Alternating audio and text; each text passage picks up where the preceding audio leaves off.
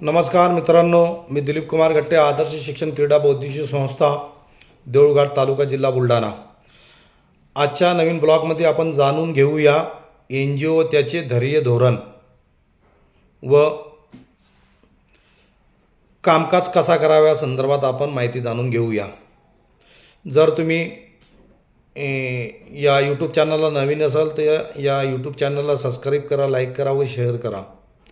तो मित्रांनो, N G ओ आणि तिचा कामकाज, तिचे उद्दिष्ट व त्याचे धैर्य धोरण, तर या संदर्भात मी तुम्हाला आज खूप छान माहिती देणार आहे.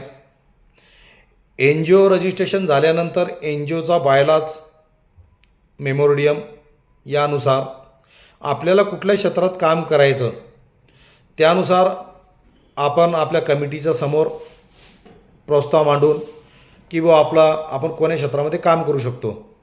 एन जी ओमध्ये महत्त्वाची पदं अध्यक्ष, उपाध्यक्ष, सचिव, कोषाध्यक्ष, सहसचिव हे महत्त्वाचे पदे आहे व बाकी सदस्य. तर कामकाज या पद्धतीने केला जातो.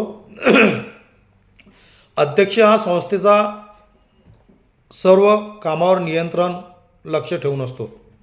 अध्यक्ष सूचना देतो की आपण कोण्या याच्यामध्ये काम करायचं, कुठल्या क्षेत्रात काम करायचं. त्याला सहमती, उपाध्यक्षाची सहमती असते, सचिवाची सहमती असते, सहसचिवाची असते. जर एखाद्या वेळेस अध्यक्ष आजारी असेल, या सुट्टीवर असेल, या काही कामामध्ये असेल, तो संस्थेचा कामकाज पाहणे त्याला शक्य नसेल, तर काही काळासाठी हा अधिकार उपाध्यक्षाला देण्यात येतो. तसेच सचिवाचे आहे. जर सचिव काही कारणानिमित्त सुट्टीवर असेल, काही कुठे गेलेला असेल किंवा काही आजारी वगैरे असेल, तर याचा कारभार हा सहसचिव बघतो. तर मित्रांनो, संस्थेचा जो बायलॉज असतो त्या बायलॉजच्यानुसार आपल्याला कुठल्या क्षेत्रामध्ये काम करायचं, ते काम करताना सर्व कमिटी एक सोबत बसून निर्णय ठरवतात की कोण्या पद्धतीनं आपल्याला काम करायचं. तर त्यानुसार आपण एखाद्या क्षेत्रामध्ये आपल्या संस्थेच्या माध्यमातून कामगिरी चालू केली, त्याचा रितसर हिसाब ठेवणे, त्याची पर्सेंटेज बुक दर महिन्याला, या 3 महिन्याला दर महिन्याला मिटिंग घेऊन, 3 महिन्याला मिटिंग घेऊन रितसर हिसाब ठेवावा. व जे तुमची सर्वसाधारण सभा, विशेष सर्वसाधारण सभा, या सभेमध्ये सर्व तुम्ही घेतलेले ठराव किंवा कोणते ठराव घेणार, कसं करणार, हे सर्व त्या मीटिंगमध्ये सादर करावे लागते. हे सादर केल्यानंतर व्यवहाराचा तपशील हा सचिवाकडे असतो. सर्व संस्थेचा हिसाब, पैशाचा खर्च, आवक जावक नुसार सर्व रजिस्टर मेंटेन करत जा.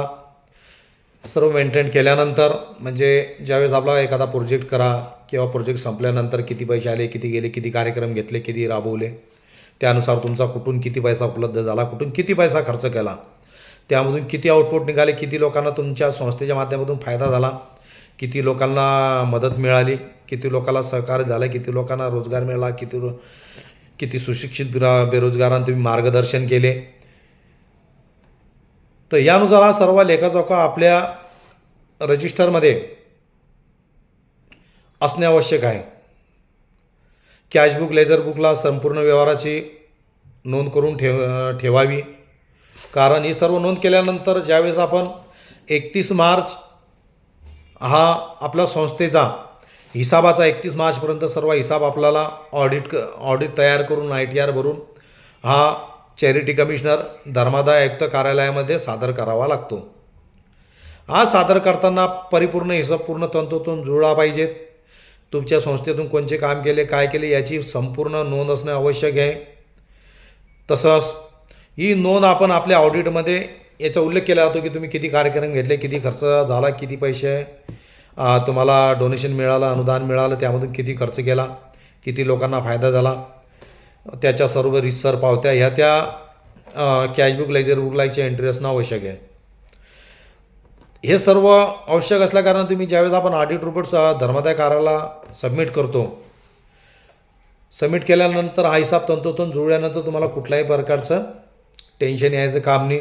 कोणतेही कामे रिसीव्ह करा, नियमावलीमध्ये बसून करा. तर यानुसार तसेच आता राहिला संस्थेचा धैर्य धोरण. संस्थेचे धैर्य धोरण असे असावे की एक प्रोटोकॉलनुसार आपण आपला संस्थेचा कामकाज करायचा. एक नियमावलीनुसार, तशी नियमावली बायोलॉजमध्ये दिलेली आहे. त्या नियमावलीमध्ये बसूनच कुठलेही काम करावे. नियमाच्या बाहेर जाऊन कुठलेही काम करू नये. यथा कदाचित केले तर अंगलट येण्याची शक्यता नाकारता येत नाही. कोणताही ठराव करताना सर्व सभासदांना, संस्थेच्या पदाधिकाऱ्यांना विश्वासात घेऊनच करावे. यानुसार आपल्या संस्थेचे जे उद्दिष्टे असतात ते उद्दिष्ट सर्व पद्धतीने परिपूर्ण करावे.